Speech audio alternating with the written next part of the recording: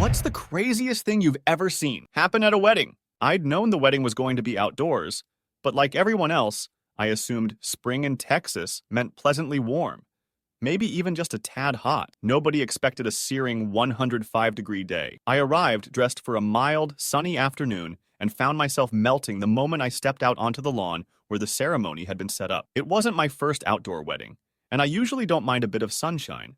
But this was different. The heat pressed down on my shoulders, making it hard to breathe, let alone enjoy the happy occasion. I have some neurological issues that flare up badly if I get overheated. Intense heat can leave me dizzy, nauseous, and on the verge of passing out. After the ceremony ended and the guests began drifting toward the reception area, also outdoors, I knew my best move was to leave. It wasn't personal.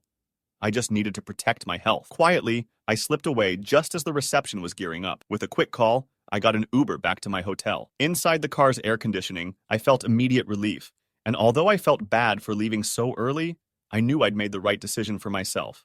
Back at the hotel, my room's air conditioner struggled against the oppressive weather. It managed to keep the space from boiling, but it wasn't exactly what you'd call comfortable. My eyes drifted toward the window, where a crystalline blue swimming pool shimmered invitingly. The water looked refreshingly cool and restful, and I decided to claim a spot poolside and dip my feet in. It was barely 90 minutes later when guests from the wedding started trickling back into the hotel.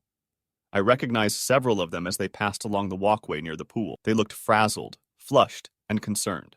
Word drifted through the small groups clustering near the lobby and the pool. 4 people had collapsed due to the heat. 4 guests, overcome by heat stroke or severe heat exhaustion, had needed medical attention and were taken away by ambulance. The couple and their families, heartbroken and alarmed, had finally decided to call it quits on the reception. It was simply too dangerous to continue outside in these conditions.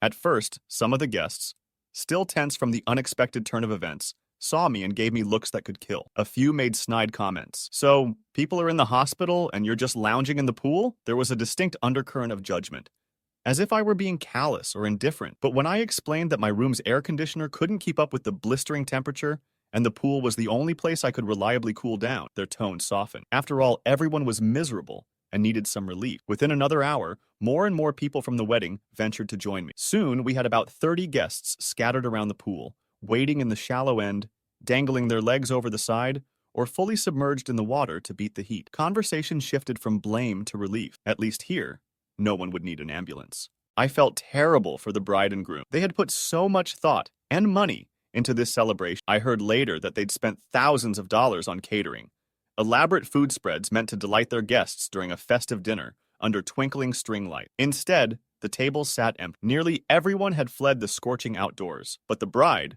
showing a remarkable sense of perspective and compassion, didn't let it go to waste. She asked the caterers to pack up every tray, platter, and chafing dish and deliver them to a local homeless shelter's soup kitchen. At least the food would nourish people who needed it, turning a wedding day disaster into something meaningful.